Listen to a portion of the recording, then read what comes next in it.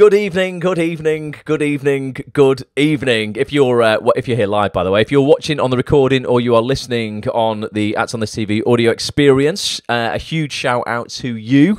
Thank you to everybody who is joining me live on Facebook. I was just reading out before I went live. Loads of comments that are coming in from everybody this evening. It sounds like people's weeks have started well. It's only Monday if you're here live. Could be whatever day if you're on the recording, but I say it every week, and I'll keep saying it every single freaking week because it is just true, and it's been a big theme in my life. Please just expect good things to happen in your life this week. Anything could happen. And I know you're probably bored of me saying that because I literally say it at the start of every single broadcast that I do on a Monday night. But it is just true. Honestly, the more I surrender and basically stop trying to control everything in my life and stop expecting specific outcomes and just go, look, I'm just going to put good work out. I'm going to be positive. I'm going to just put good energy out into the world. I promise you, the more you get back, just the more you get back. And sometimes I can feel myself getting a little bit desperate in the industry, and I feel myself blocking that energy. And I've been really focusing on not doing that recently. And it's just led to like a shitload of opportunity, like absolutely loads. I've never really been busier. Especially when it comes to sort of voiceover work and stuff. Just expect, honestly, I don't know how it works. It's probably some magical force that's out there, but just expect good things to happen this week. And if you don't normally do that, and you're quite I don't know, people say that like, oh, but I'm just keeping it real, and I'm like, no, you're keeping it real negative. If you sort of slide towards looking for what's wrong with your life or your career, which is really easy to do, and that's actually how human beings are designed. If you do that, there's nothing wrong with you at all. Like your brain's actually designed with a negativity bias in it, which will draw you to bad news. It's why bad news sells so well and why we're fed so much of it. We do try and sort of focus on everything that's wrong, to protect ourselves from it, or I don't know, to try and stay safe. Just try and flip that this week. If that's what you normally do, just try and flip it this week and just focus on the good stuff happening. Expect good stuff to happen. Just see, things might change for you. So good evening, everybody. Sarah says, I signed with an agent a month ago. Got a self-tape the first week of being signed. It's been a bit quiet until now, though, but I'm waiting now, trying to be positive.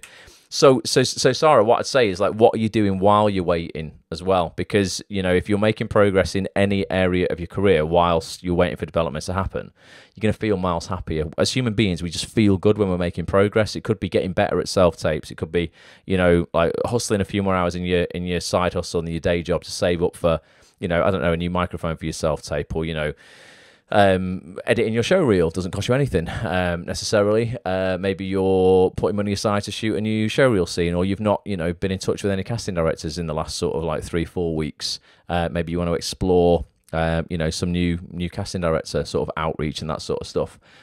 You'll always feel miles better. Waiting is one of the hardest things you can do. Patience is a virtue.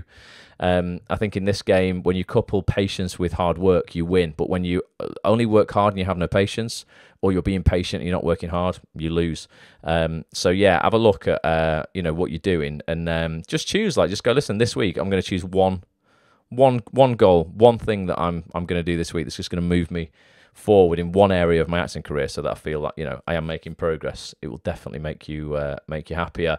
Indra, how you doing? Kate, how you doing? Alex just found out our acting agency is closing down.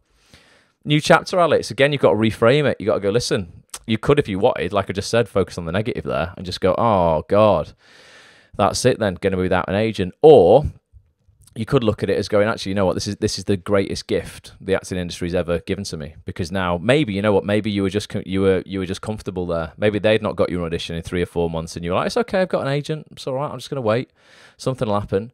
And actually, it was never going to happen. So that agency closing down might have just been like the biggest gift, that could ever have been dealt to you. You now get with an agent that you would never have got with otherwise, that leads you to an opportunity you would never have got otherwise, that changes your life. It's like a little butterfly effect, isn't it? But it's freaking real. Nick, good evening. Oh, so many people joining us tonight. Thank you so much, James. How you doing? Hope you are well, mate. And Kitty's here. Dougal's in the house. So many people tonight. So what I touch on, I'll go back to some comments shortly as well. But what I just touch on first of all is a great chat that we had last week for members of adsonthis.tv. If you're not a member of the main website, I'm not here to sell you a membership. You don't have to become a member of the main website, actsonthis.tv. I'd highly recommend it if you do. It's without a doubt the most valuable membership in the acting industry. It's the cheapest by far, and by far the most value packed. Really stand by that. I really, really am proud of what we've created here within the community. Not just me, but all you guys as well who are members. Basically, if you're setting eyes on this for the first time, or you're listening on the audio experience, you've never heard of actsonthis.tv before. It's a site I set up 12 years ago now. Every single week, we sit down with a top actor, casting director, writer, producer, ultimately like the biggest names in the TV industry, full stop. I mean, like really the biggest casting directors out there who cast the biggest shows, the biggest actors, agents, everybody. And last week we had Mr. Downton Abbey. We had Rob James-Collier on. You can see him on your screen right now. The dashing Rob James-Collier. You'll know him as Thomas Barrow in Downton Abbey. He also plays Martin Evershed in Ackley Bridge. He plays Sol Silver in Fate, the Winx Saga, a huge Netflix sort of fantasy drama. And Rob came on for a 2-hour chat with us, like a private Zoom call. We hold these every week. Actors can watch live. They can jump on camera, ask the guest questions, that sort of stuff. And this chat was all about pretty much what I've just been talking about right now, like building resilience. Being positive, you know, like expecting good things to happen, but not just waiting, actually going, you know what, I'm going to take risks. I'm going to take big risks. I'm going to make bold moves. And when they lead to brick walls, I'm going to be resilient and punch through that wall with my bare knuckles, basically. And that's exactly how, you know, Rob's career has built. He wasn't drama school trained. He didn't, you know, come from a wealthy background, or, you know, couldn't afford to go to a great drama school or anything like that. He didn't go, ultimately. You can hear all about, obviously, you know, his route within the main, you know, the main chat here. But I'm going to play a little trailer out, a little bit of, like, you know, parts of the chat of what you missed. But if you've not seen this yet, please go and watch it. I just think you'll relate to a lot of stuff that Rob mentions in this chat, you know, particularly if, you know what, you come from a background where you're like, look, you know, I didn't get the opportunity to go to drama school, or it's not for me. I did go to drama school, honestly. I always say this, don't I? I don't want to, like, slate drama schools, but they're not, the value for money is absolutely not there. It just isn't. I'd love to sit down. Maybe I should just invite some, like, top drama school tutors on to Acts on This and have a chat and just go, listen, where is the 47,000 or the 60,000 pound value in 3 years at drama school? Like, what? Because, you know, what are you giving your students that's actually going to get them an employment when they leave, bar a showcase in front of some casting directors, which may or may not lead to anything or representation or whatever? You know, you could spend 60 grand so much better. Get a yearly membership to Acts on This. It's only 247 quid. I'll give you an education worth 10 times drama school for 0.02% of the price. But this is the mashup, 2 minutes and 20 seconds of Rob James-Collier, a little bit of what we talked about. I'm going to expand on a few points that Rob mentions in this, and I want to know what you thought of it. If, you know, those members who are watching live on Facebook now, what you thought of it if you were on this call last Tuesday night. I'll see you in a sec. Star of so many shows, including Netflix smash hit Fate, the Winx Saga, Channel 4's Ackley Bridge, and of course you'll all know him as Thomas Barrow in worldwide sensation Downton Abbey. It's Mr. Rob James-Collier in the house. Rob Collier was a guy who did the traditional academic route, did a business studies degree and a master's in marketing, and then just genuinely I'm in the wrong. I've sort of been led down this path that I don't want to go in my life, and just made a decision to go, do you know what, this isn't for me, and I'm gonna go for it and take a risk. If you had to choose one where you basically learned the most, like, you know, or you're the most fondest of, what is it, Rob? I would say it was Coronation Street. Yeah, why is that? Because, well, it was my first job ever was on the BBC, Down to Earth, but Coronation Street was 2 years, 2 months of just 5 scenes a day, 10 scenes a day, and you had to grind it out. You don't need me to tell you that marriage is a novel full of plot twists along the way. Right, 6 seasons of Downton Abbey, 2 films, right? We're going to ask some honest questions around Downton. Go on! It's all fairy magic and stuff like that, and there's fairies and specialists. Specialists are the swordsmen and martial artists. I'm a specialist. You've spoke about this quite a lot, but this is obviously what I know you for, because every time you have an audition, you ring me, you tell me something that you did in it, and I go, holy shit, that was brave. Sometimes I think I need to take myself out of my comfort zones in auditions. Otherwise, I don't think I'll get the part if I don't do something random. Like in the Ackley Bridge one, he was singing opera, Well, there was an opera song singing, which he joined in a bit, but I pulled it right up in front of the exec producer's face and sang it right into his face. What's the biggest piece of acting advice you've received from a fellow actor? You can use body language and stillness to really mark out moments, so you don't even have to act on the line. You just say it, and that tells everything for it. You know, little subtle things like that. Everyone's going to tell you no. Everyone's going to tell you you're not good enough. Everyone's going to tell you you can't do it. Be resilient till you find the one person who sees you can.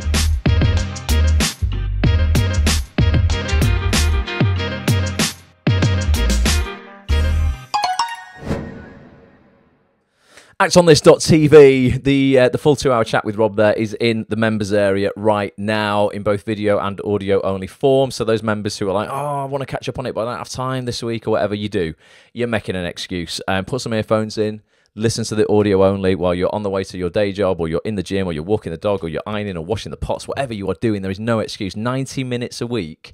Literally, that's it. I hear so many excuses from actors who email me and they're like, oh, I'm really sorry, I just don't have time this month. I'm going to have to cancel my membership. And I'm like, you can't find 90 minutes across a 7-day period. That would be like, you know, less than, 12 minutes a day? So for that to put some earphones in whilst you're cleaning your teeth, play it on the side while you're washing the pots or making your tea. You can, you just don't want to. Your priorities are all wrong. Rather than listen to somebody who has the career that you want, or listen to a casting director who you are telling me you're dying to get in front of, you would rather just not listen to that, not get that understanding. You would rather, I don't know, watch Netflix as opposed to work towards getting on Netflix. So, all those dedicated members, thank you so much for listening. And if you're not, go and just try the site out for a month. Get a membership. Come and join these calls on a weekly basis, or the podcast that we put out. And yeah, you will learn how to build your acting career way faster. I promise you. Just because I'm an actor myself, I put all this stuff into practice. I've never been freaking busier. And that's because I also act on what, all these people who are coming on the site are actually telling us on a weekly basis. Sarah says, I agree with your opinion about drama school. It's almost... Oh, Sarah, this is what I felt like. You are me. She says, it's almost like I am doing it just to get a piece of paper. Oh, it's true, isn't it? And the thing is, these days, degrees just are worth... They're giving them out. I wish people would realise... I'm not just slagging off drama school. I just think the education system is broken. University... If people would just stop looking at university as a privilege and look at it actually as a business, you're paying somebody 47, 50 grand to basically study for 3 years. And most of that time, let's just be honest, at that age, you're going out, you're partying, you're really paying 50 grand to just go and have a nice time for a bit. And then you get a piece of paper at the end of it that so many other people have got. There's not a director or casting director in the land who's going to see an amazing self-tape from somebody and then go, hang on a minute, they're brilliant, they're perfect for this role. But did they go to the Manchester Metropolitan School of Theatre? Did they go to RADA? Did they go to LIPA? They just don't care. Just like most people now. Kelly Valentine Henry said this, actually. Great casting director. Casts huge drama. Like The Wheel of Time for Amazon, The Bay, ITV. She cast Broadchurch back in the day. Loads of massive stuff. Kelly said she's really, nowadays, doesn't even really want to print out Spotlight CVs, because she says so many times they print out Spotlight CVs and then put them on the table for the director in the audition.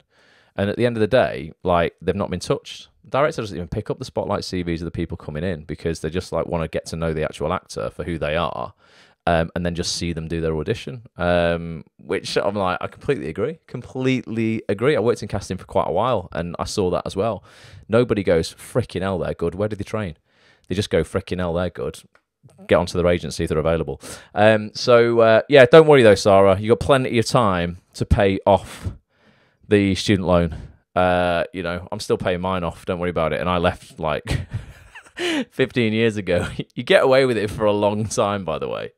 Until we're all millionaires from our acting careers, you get away with it for quite a while. I think if you don't pay it off, someone Google this. I'm sure if you don't pay your student loan off by the time you're 60, it just gets wiped out. The goal is, though, obviously, to earn enough money to pay that loan off by the time you're 60, and that's what Act On This is here for, to try and help get you actual cash from your career. Nick says, get a drama school teacher on. Would be interesting to hear their perspective. I would love it. Honestly, I would love to go into drama schools.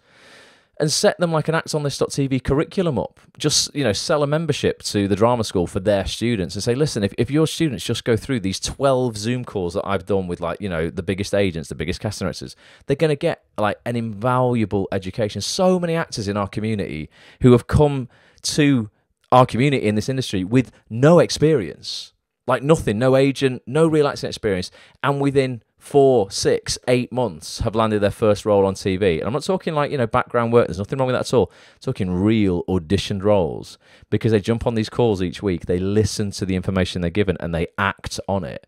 It's staggering the amount of emails that I get from people going, oh my God, just wanted to reach out and tell you this happened. I listened to this broadcast with this agent. I just reached out to them. I got a meeting, now I signed with them, etc. Ain't no drama school doing that for people. They're clueless. Josh says, Rob was hilarious. My sense of humour, it was a right laugh with quality advice. He's a good guy, Rob. And the like you said in that little clip you saw there, the risks, I've known Rob 20 years, the risks that guy has taken in his career, sometimes the risks in terms of being in an audition and just doing something like he said, he classes it as random. I don't think it's random. It's a very considered decision within an audition and what to do within his performance. But also, I've seen Rob take massive risks by saying no to jobs. Rob was once offered, and does anyone remember the TV show Dream Team, football show on Sky One? Back in the day, it was really popular. I think we're talking like late 90s, early 2000s, something like that. It was Dream Team it was called. It was kind of like the show that came out before Footballers' Wives. I think that might have even been made by the same company. Rob was offered the captain's job on that, He was offered like the lead role in that. And he said, no, I'm not doing it, because at the time he would have had to relocate to London. And the cost of relocating to London would have actually taken up probably his entire fee for the show, because it was that expensive. I don't know exactly how much he was getting paid, but he just said, no, I can't do it. And he's turned down so much work. We were writing a show together once, and I was round his house nearly every day for about 6 months. And this was after he left Coronation Street. And the calls that would come through asking him to be in shows, and you know what, a lot of reality stuff as well, and he hates all that stuff. He's not, into that. He turned down significant money, like hundreds of thousands of pounds. No, don't want to do it. It's not the right thing. Don't want to do it. Don't want to do it. Don't want to do it. He's like, Ross, I'd rather go and work back on a building site as a labourer for his cousin than actually, take this kind of work. And he just sort of like was constantly hustling, not waiting and doing nothing, constantly going to classes, even after he'd been on Coronation Street, changing agents, working on his reel, getting new headshots. And then an audition for a little show called Downton Abbey came along. I remember when he got that and he phoned me and he was like, mate, yeah, I finally got something. Looks like, they don't think it's going to be anything big, but, I've got a role on this Downton Abbey thing. Obviously turned out to be massive. And Rob was only supposed to do season 1. His character wasn't even supposed to go into other seasons, but Rob on set took a risk by actually introducing, this is as far as I know, this is the story, introducing the idea that perhaps his character Thomas might kiss this other guy. He might actually be gay at a time where it was completely not allowed, when Downton Abbey was set. And he took a big risk by bringing that up, and then they went, actually, you know what, we'll try it, see what happens. And then Julian Fellows, the writer, went, yeah, this can go further, and then ended up keeping him in for all 6 seasons and both films. So risk. When it's calculated, it can often pay off big. Rich said he loved the chat. Rob really gave some great insight and motivation. Hi, Joe, how you doing? Hope you are well. Natalie also agrees with me that the education system is broken. I want to know, while we're on the subject of risk, this is something I want to talk about tonight.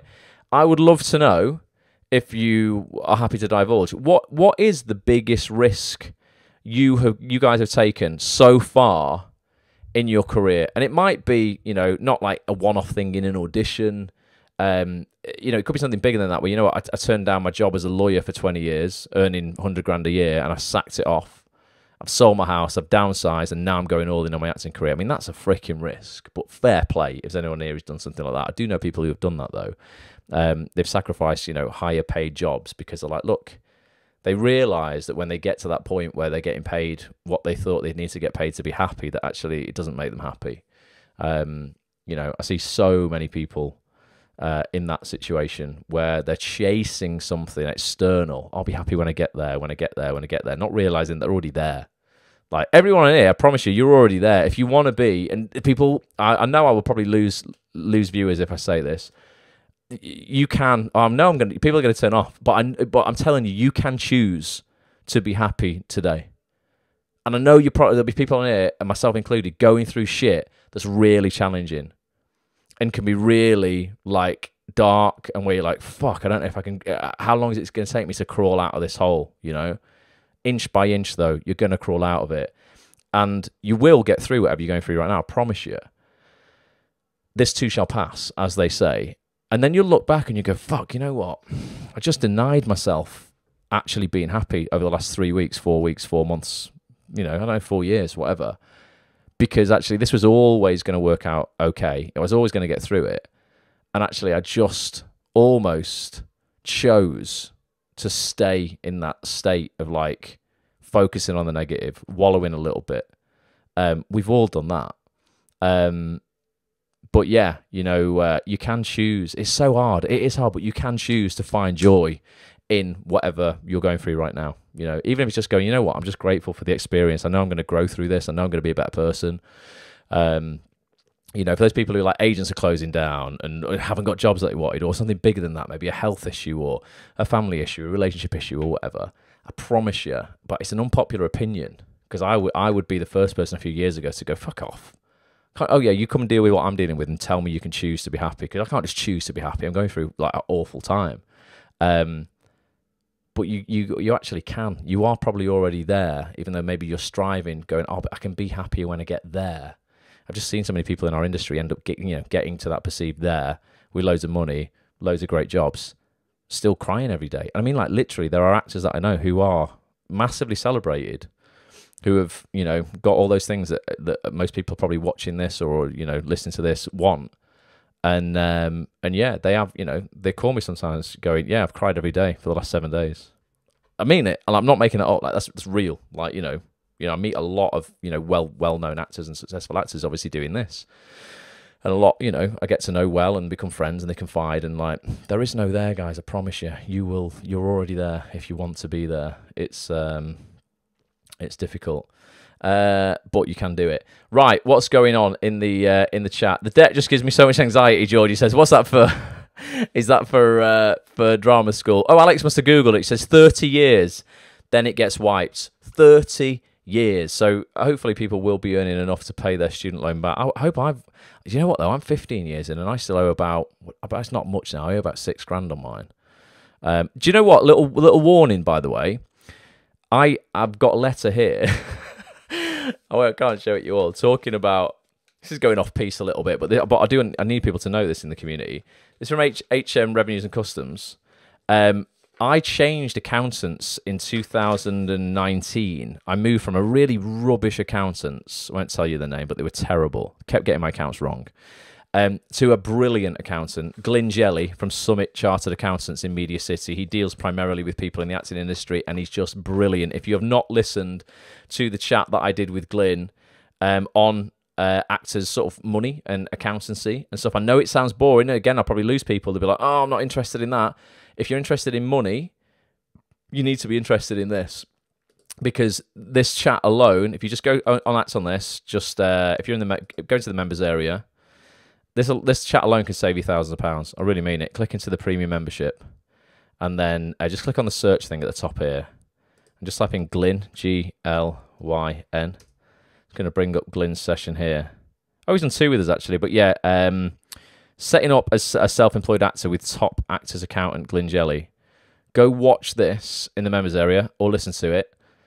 I swear to God, it will save you £1,000. And if you're not registered as self-employed and you're an actor taking your career seriously, do it now, even when you're not making any money. Glyn will sort it out for you, 150 quid, I think. But it means that anything you are spending money on right now, you can offset against future profits. So you might be like, Ross, I'm not earning any money. You know, I don't need to pay any tax yet. No, but you're not accumulating losses as a self-employed person. You should be accumulating losses. Your Spotlight membership, your Acts on This membership, equity, anything like that. Accumulate those losses. Maybe you lose £1,000 this year, another £1,000 next year, right? And then you start making profit the year after. You can offset the tax you would pay on that profit. You can offset £2,000 of losses against it. So, like, you will save 400 quid there in tax. So if you're savvy, you need to take your career seriously and become a business. What I was going to say is I changed accountants in 2019 to Glyn. Something obviously messed up with my last accountants. They didn't make a student loan payment for me.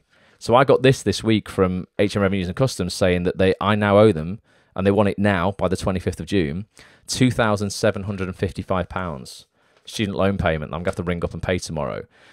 So just a warning, like, make sure you're doing your tax properly, you're declaring student loans and stuff like that, because they will come and get you. And then what they did is they then looked into my other affairs, and they have noticed a bank account that I've got. This is quite laughable. And they've said, where is it? The information provided to HM Revenue and Customs by UK banks and building societies indicates that you were in receipt of £8 untaxed UK interest. So one of my bank accounts basically made £8 interest. This has been included in our calculations. If the figures we have received from UK banks and building societies are right, the extra tax you owe will be income tax due for the tax year of £2. So those people who are like, oh, I'm too little to be investigated, they're only going to go after the big boys. No. Us, the little boys, we're really easy to go after because we don't have hundreds of bank accounts and millions of pounds to go through. They've realised that I was £8 out with my accounts. They're coming for me for £2. That's real, £2. So don't think you can cut corners. Like, if you're not doing your tax properly as an actor, and you're just, getting some receipts together and going, oh, well, that'll do. I've not got all my expenses, but yeah, that kind of looks right. That's all right.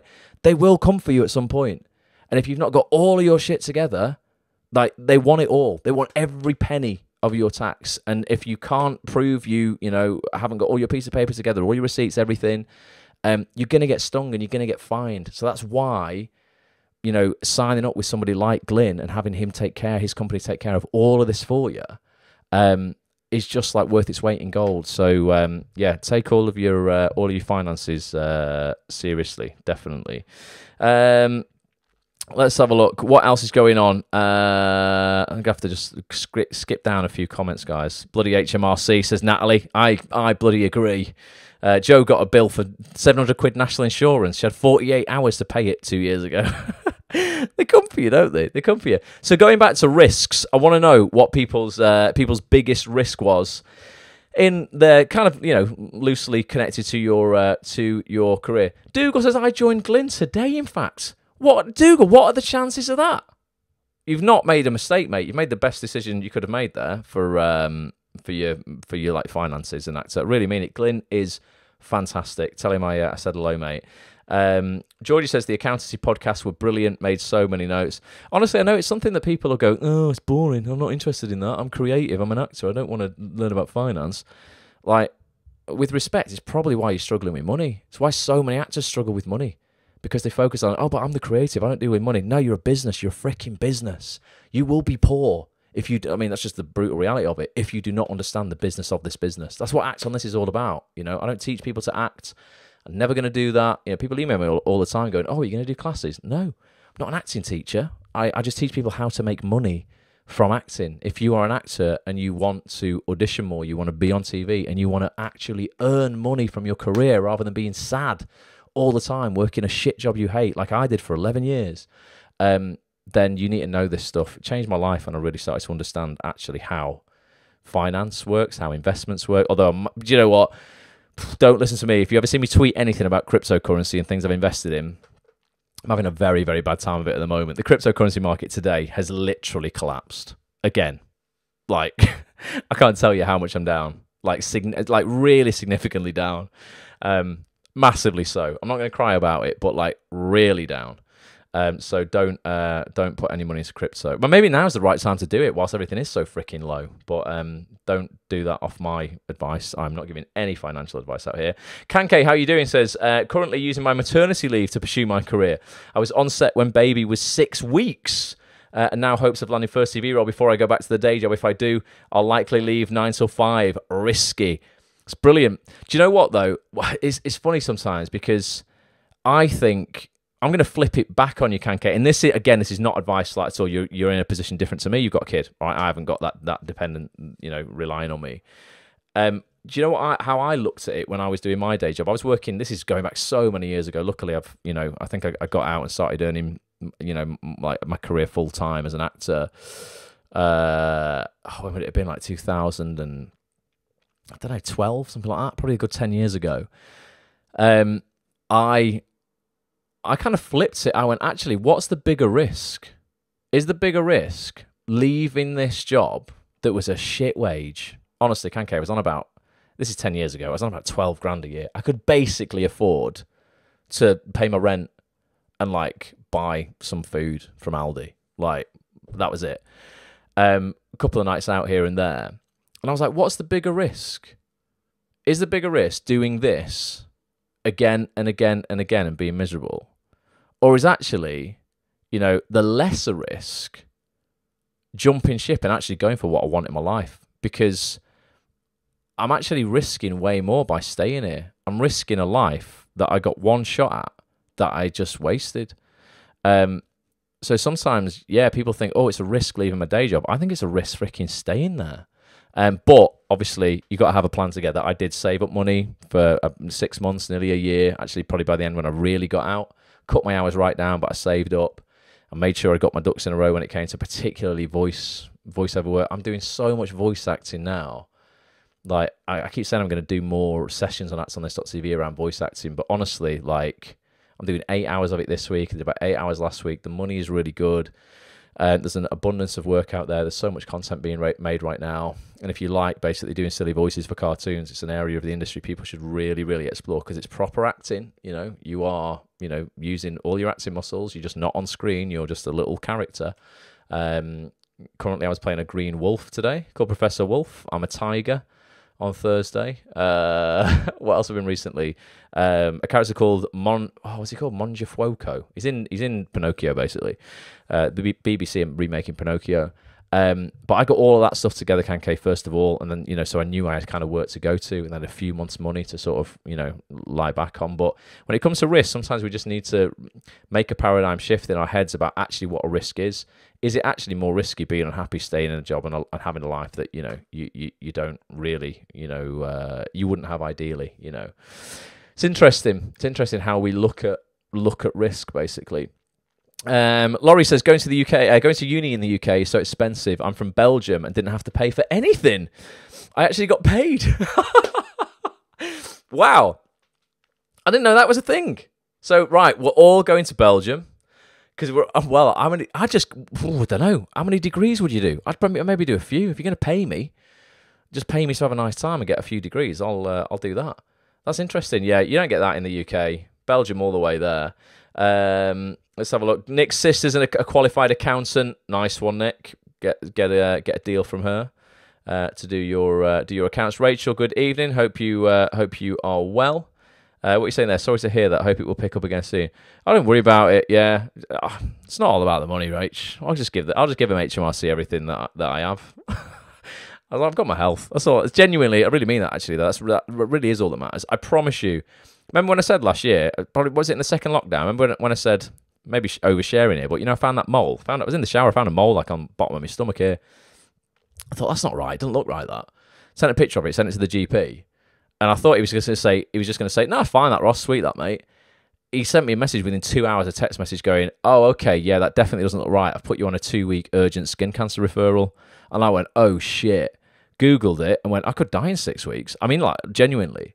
And any little piddling little worries about money or, oh, God, that thing that's annoying me or, you know, anything that normally you would get to you, none of that meant anything. I literally was sat here stood in this very space going, I told you this, didn't I? I think I've said it before. Like thinking, oh my God, before I had this, like yesterday, before I knew I had this, why was I not cartwheeling down the street kissing the world? Like I had everything that I could possibly ever have wanted to be happy, like I mentioned before, but I was choosing to focus on dumb shit. Like, you know, money to a certain extent, yeah, we need it. Of course we do. You can have money stresses, but you know, you don't need as much as you think you need. You know, you don't need the bling and the glitz. I promise you, like it's nonsense. When you get like, you know, some kind of diagnosis like that, thank you God, like anyone, whatever, the universe, everyone up there. It turned out to be nothing. I got it cut off anyway. But God, that taught me a lesson about being present and actually not sweating the small stuff. Going, actually, Ross, you know what? You're stressing and focusing on so much nonsense. So A £3,000 tax bill, Rach. I'm not arsed. It's fine. I was going to go on holiday in July with that. Not anymore. But I'm hoping my girlfriend's just on a self-tape for a great TV drama. And if she gets it, it's actually going to be filming the first week of July when we were going to go away. So it might have all just worked out for the best anyway. I save the holiday money. I spend it on tax. She gets a job. Can take me on holiday then. Yes. Alex, how you doing? Started earning as an actor just before COVID, doing corporate work. Corporate work's pretty lucrative as well. Not exactly where I want to stay, but it paid well and gave me the opportunity to perform abroad throughout 2019. Well, that's wicked. I used to do quite a lot of corporate presenting, you know. I got well in with the food company Iceland. Shout out to Malcolm Walker. I don't think he's the owner of it. I think it's his son now. I think it's Richard, his name is, who runs the company. But Malcolm was an absolute legend, and I started doing all their corporate videos, so like all of their in-store training videos, and we'd have a right laugh on them. It's so funny. They'd let me just run riot around the stores, just like, you know, not pranking the customers, but almost. For training videos, I'd like pretend I was a staff member doing everything wrong. And they would throw massive parties, and huge corporate conferences for their managers, and we went all around the world on those. And I would present and host it for them. We went to Disneyland Paris, they went to Orlando, all around the world, and I was really well paid. So like corporate, you know, the corporate world as a performer when you're starting out can just be so much fun. Way more fun than working at the computer game shop I used to work in, which was ironic though, because that's where I got the job. The company I worked for, Game, the computer game company, were actually having their own managers conference, and the company who filmed all of the conferences for Iceland came in to film the one for Game. I got on camera, obviously was mucking around like an idiot, going, "I'm an actor, can I present for you?" And they went, "Yeah." And then I did that. I did the Game conference, and then from there, they booked me for other conferences for different companies. I did Poundland and Summerfield, I think, back in the day when that was a supermarket that existed. So yeah, like corporate work can be pretty good. You know, it's all right. A few £100 a day, definitely. Thank you, Angela. Says, so pleased you got good news. I think you're talking about that. You must be referring to the mole there. Yeah, that was all good. They said to me, "Oh, it's fine. That don't need to do anything with it." I was like, no, you do. You definitely need to cut it off because I'm just going to stare at it in the shower for 5 minutes a day and going to lose half an hour a week. And they went, "All right then." And I went, "Do you want me to come back?" He went, "No, jump up on the operating table now. I'll do it here and now." Very bizarre, but amazing NHS. Thank you, NHS. You are absolute godsends. Yeah, hugely grateful. Will not have anybody saying anything bad about the NHS because they are doing the best. They're doing the best. They need to be better funded, but the people working for them are absolutely doing the best. Ronald says, I took a risk moving from Europe to Moscow, Russia, to do training. And then working theatre and film there 12 years ago. But now with Russia's invasion of Ukraine, I couldn't stay there. Now I'm taking bigger risks to start a career from scratch in London. Wish me luck. Ronald, you got all of our luck, man. That's amazing. Like, that's brave. That's real risk. And I really, really hope it pays off for you. If you're not a member of the community, mate, and I mean, obviously you don't have to be, but, you know, you can join these Monday Night Lives for free. We've got a Facebook group, facebook.com/groups/@onthisTV. You can join that for free. I put out loads of content for free. But if you really want to dive in to the UK industry, come and get involved in the main membership on AtsOnThis.tv. Try it out for a month. Come and join some of the Zoom calls that we do, you know, with the best people in the industry. I mean, honestly, we get the best names on. You know, TV directors, casting directors. I mean, look at the last 5. Rob Collier from Downton Abbey, Chris Stone, who I think is the best showreel producer in the UK. One of the best actors I know, Lee Boardman, currently just in a film right now, Memory, with Liam Neeson. Leon Lopez, TV director, he's currently directing Midsummer Murders, I think, right now, but he does Hollyoaks, Emmerdale, Coronation Street as well. Week before that, we had Kate Bone, the casting associates, and Nina Gold and Robert Stern, probably the 2 biggest casting directors in the country. She's currently casting The Crown for Netflix right now. Just the last 5. We've got so many amazing ones coming up as well. In fact, whilst I've been live, did anyone watch the Soap Awards a couple of days ago? I was so chuffed for an actor who I've admired for years, but I've never met. There's an actor called Mark Charnock. He plays oh my god, his name's just completely gone out my name in Emmerdale. Plays God, why is that just gone out my head? Mark Charnock plays a chef. What's his name? In the Woolpack. Chef. He's a dingle. Literally. Somebody put it in the chat there for me. He's an incredible actor. He's been in Emmerdale since 1996. That was that 4, 6, 20. Is that like 20? Marlon, thank you. Bloody hell. I was thinking Paddy. It's because Paddy and Marlon are always best mates, but Paddy's Dominic Brunt. I know that. Yeah, Marlon's just. I just think he's so funny. Yeah, he can deliver such sensitivity, and like he's one of those actors who you can really sort of like. He could just make you laugh, but easily make you cry. Like he's just got a real great emotional like range, and obviously access to just all those kind of emotions within the. I mean, like within the same scene, it could make you laugh and then make you cry. It's just super like empathetic. Must be an empathetic actor, but you know, within his character Marlon as well. And his character had a stroke, which is a massive thing to play for an actor. And he just got awarded the British Soap Award for the most dramatic scene over the weekend. And I thought, you know what, I'm going to tweet him and just to see if he'd do a podcast with us, you know, for you guys, well, for me as well, because I'm being selfish. I just really want to chat to him. And whilst I've been on this this call tonight, he's just messaged me back. So I'm just going to see what he said, because we're going to try and get it done in the next few weeks. Yeah, he's up for it. He's busy for the next couple of weeks, but then we're going to look at doing that. And look at that, he's even going to come over to Manchester to record it with us. He's an absolute ledge. So I'm well looking forward to that. But that's a session that's coming up for members of ActsOnThis.tv. We've got Annie Wallace from Hollyoaks on next week. The week after, we've got a great agent, Barnaby Welsh from Bloomfields Welsh, one of London's leading boutique agencies. Loads and loads of stuff planned.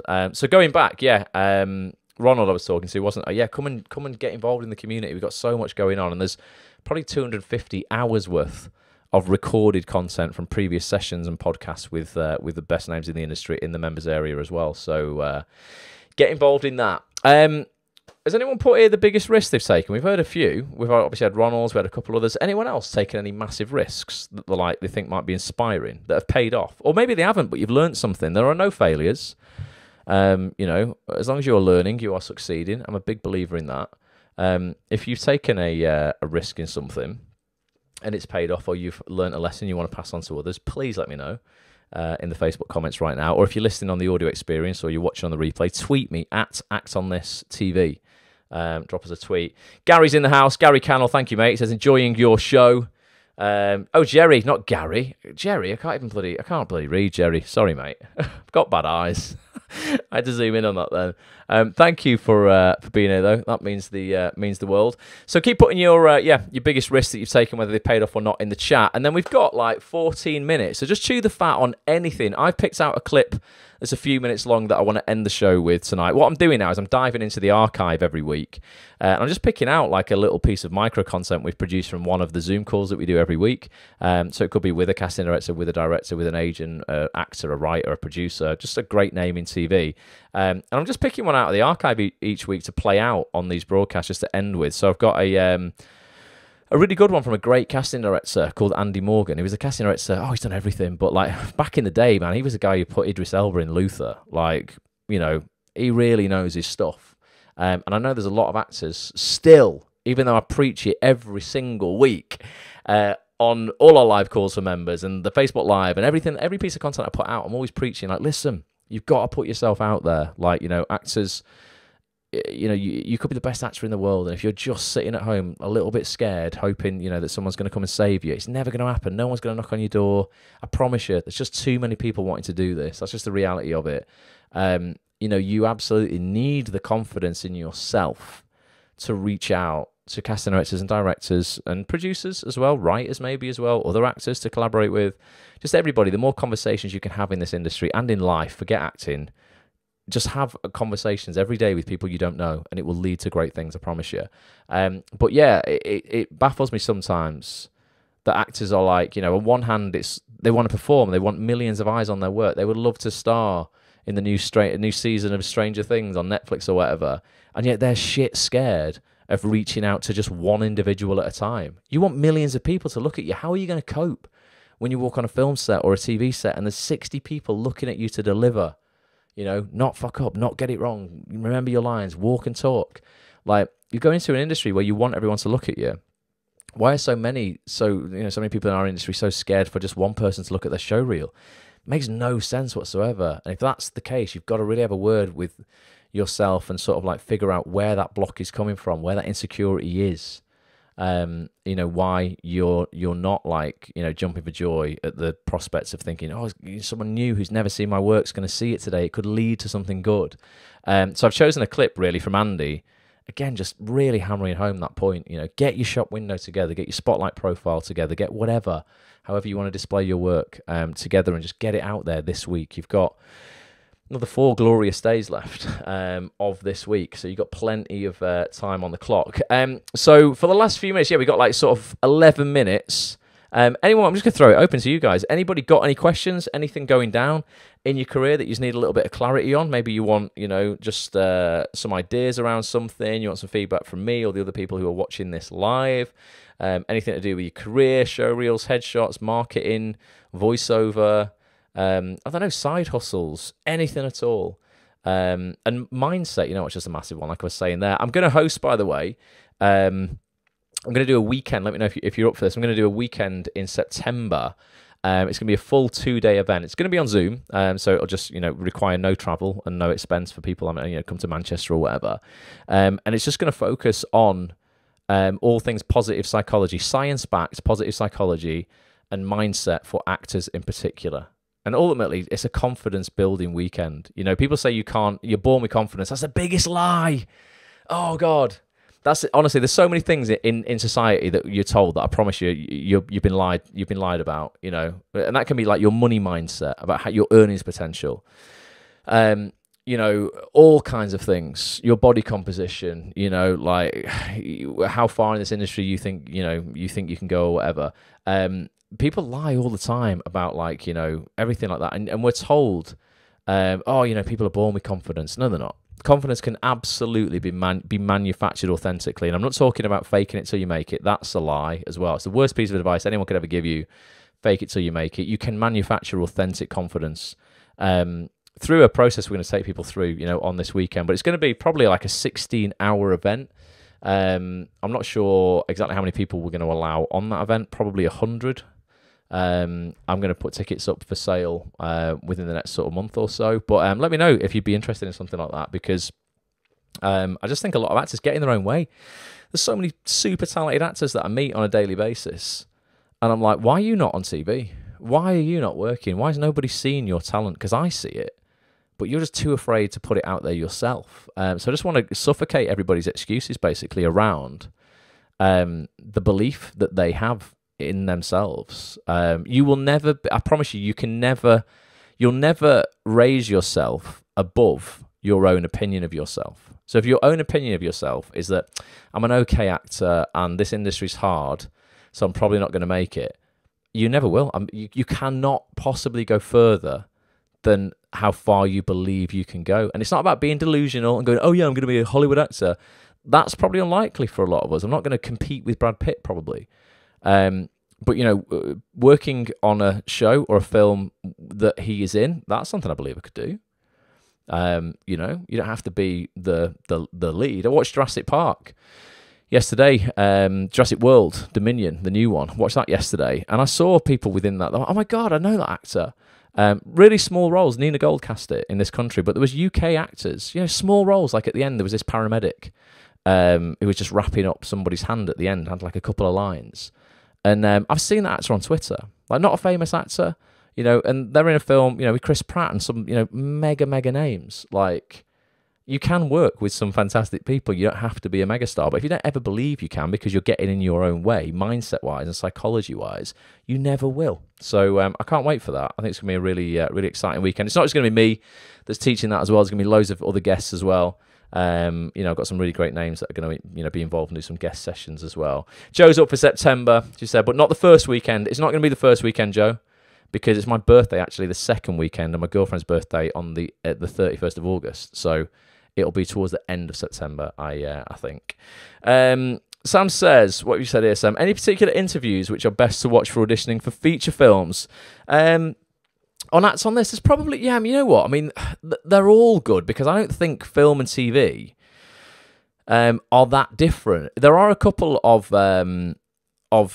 Zoom calls that we've done with people who specifically work in film. I'm thinking people like Claire Bleasdale specifically works in film. So that's if I just search for Blease. It's trying to autocorrect it to please, but I don't want that. Please. Let's have a look in search here.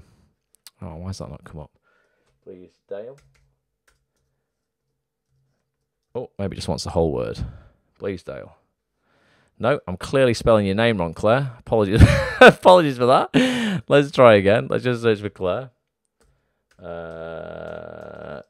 Claire. There you go. Yeah, I was spelling it wrong. But this one, breaking into independent film with casting director Claire Bleasdale. This is both independent short and feature film.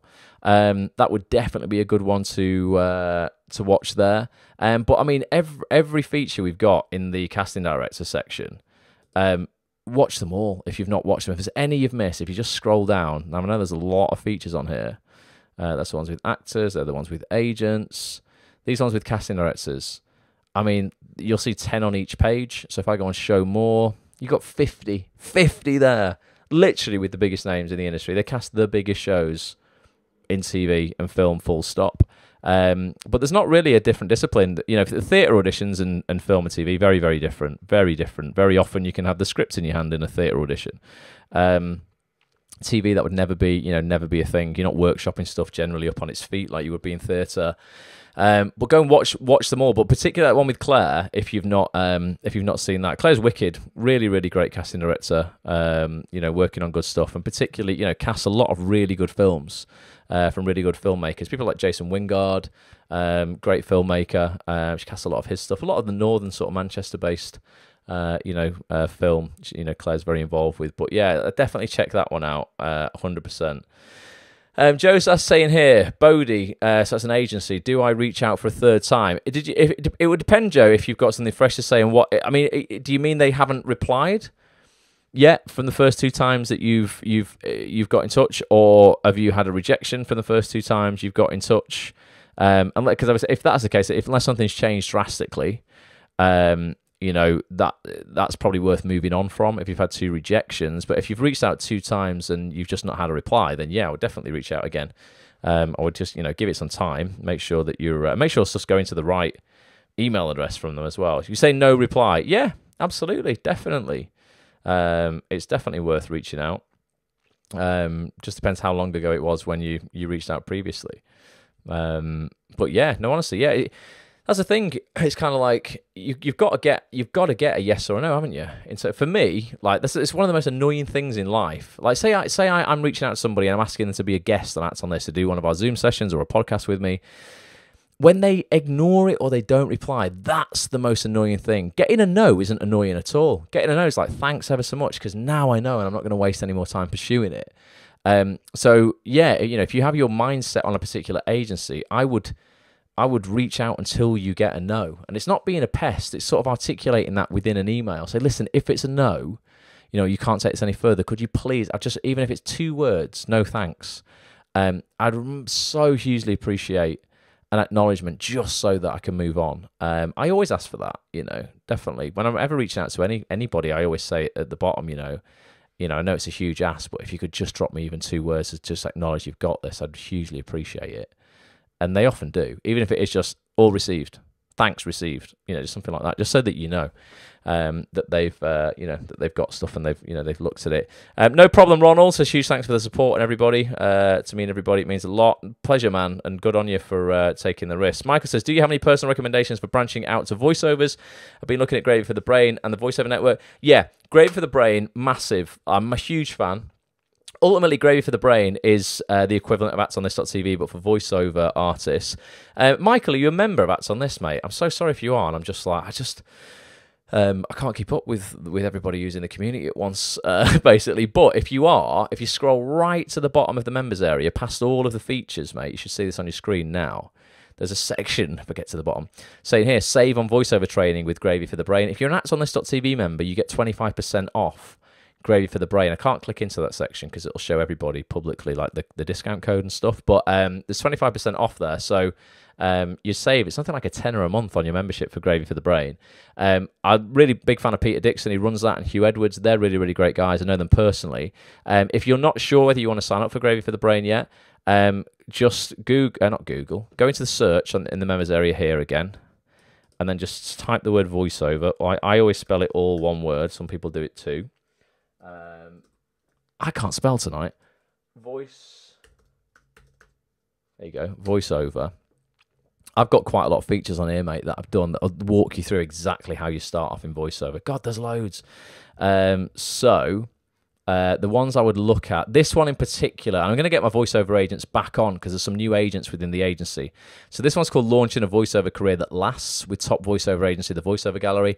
I cannot overstate how much the Voiceover Gallery changed my life. A massive thank you. Mary Lou Thistleton Smith, who owns the gallery, amazing woman, incredible businesswoman actually, set this up. Every agent who works there is incredible, but it was absolutely my get out of anything else like retail or any other job, any muggle job, free card. You know, I moved into voiceover 15 years ago, and these guys have just had me working basically weekly, you know, recently multiple times a week on voiceover gigs, either, you know, TV commercials, a lot of voiceover for animation, you know, a lot of voice acting work I'm doing at the moment. But this is like a 2-hour chat. Might even be longer than that, like 2.5 hours, with multiple agents at the agency.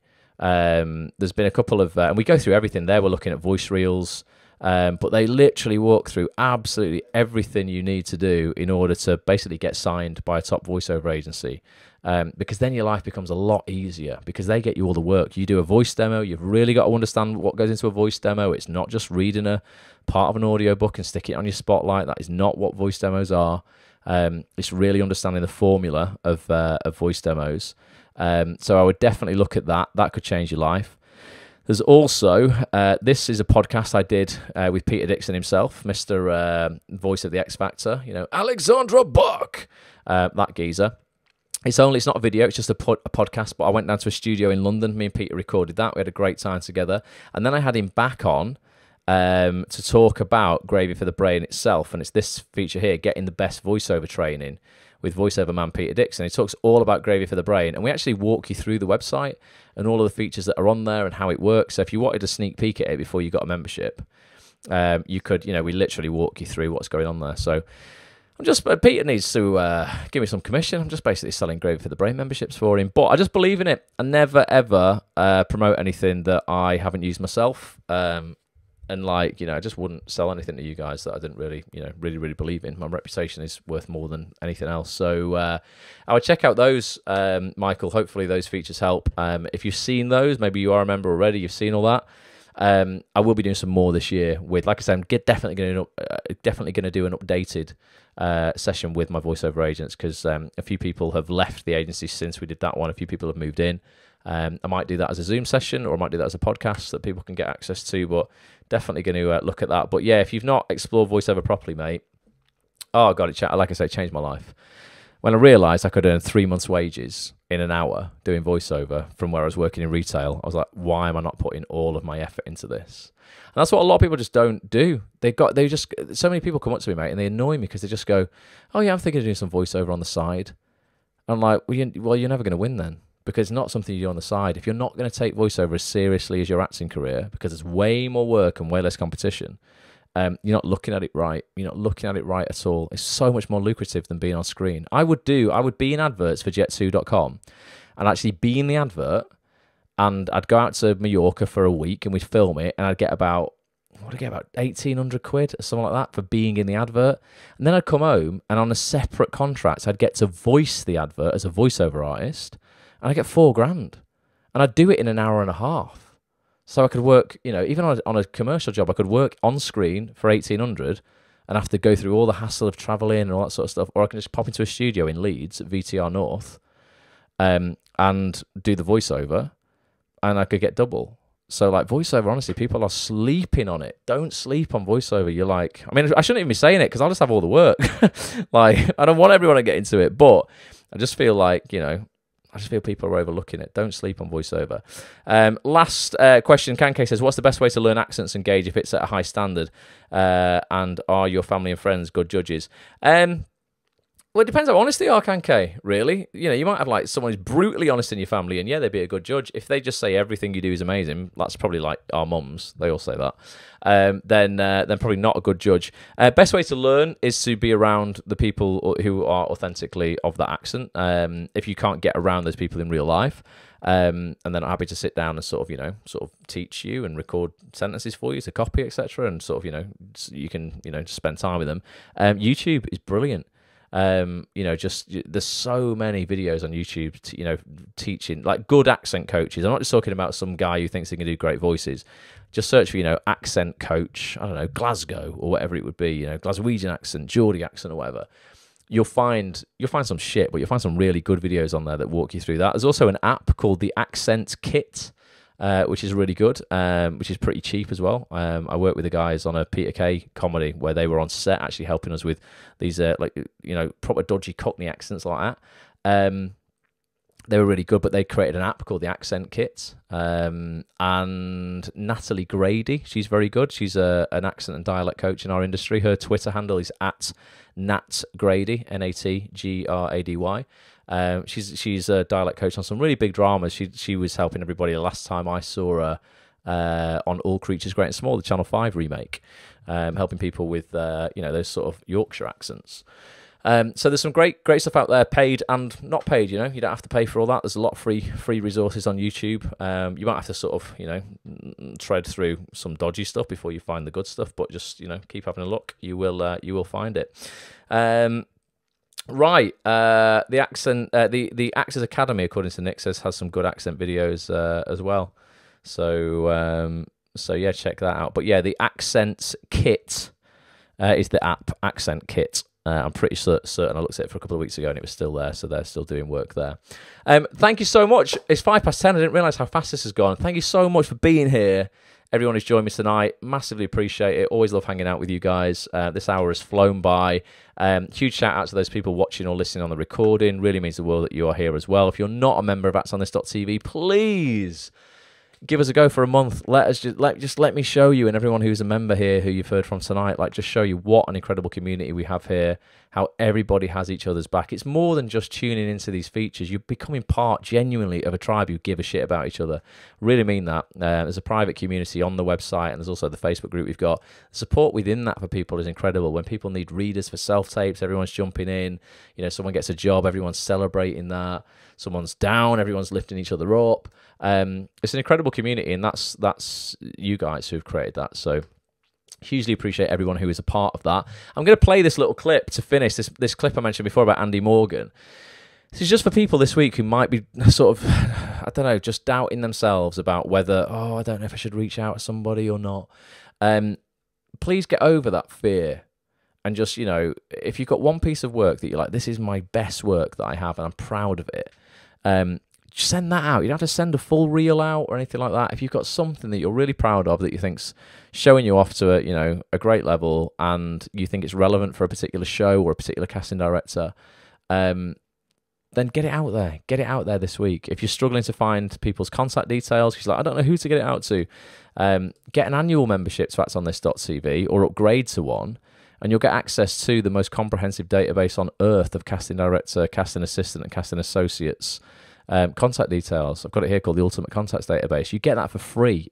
Acts on this membership is £24 a month, but if you want to save a £5 a month, so it's £19 a month effectively, you'll save £60 a year, and you want to get the most in-depth database of casting director, agents, casting assistant, casting associate contact details on earth. I really mean that.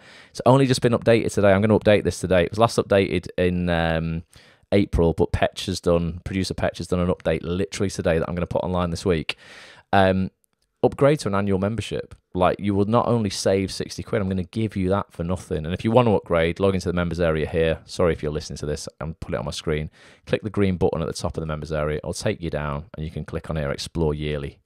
And it'll just take you over, and you can upgrade, and it'll automatically cancel your monthly payments, and you'll just get a yearly membership. It's all seamlessly taken care of when you upgrade. But yeah, get yourself out there, put stuff out, and just so you know it's okay, I'm going to play this clip out from Andy Morgan himself. The full 2-hour chat with Andy. Again, he's in the members area, one of the best casting directors in the country. Go and listen to it just for a little bit more inspiration if you like. But here is a gist, a 2-minute gist of what he says. And please listen to the last sentence that he says in this clip. He says something very profound in the very last sentence of this clip. So watch it till the very end and get out there this week. Please do yourself a favor and me. Act on it. That's what this community is all about. I love you lots. Thanks so much for being here, guys. Really appreciate it. I'll catch you next time. Until then, bye for now. What are potential ways to pique your interest without being a stalker and just sort of like overbearing and doing your head in, really? Before you reach out to anyone, then you have to make sure that your shop window is in pretty tip-top condition, excuse me. And the chances are, at this point, your shop window is your spotlight page. Yeah. And you have to think of your spotlight page in terms of someone looking at it for the very first time, not knowing you, never having met you. So do your photographs look like you? Are they 15 years old? Have they been through Photoshop 3,000 times?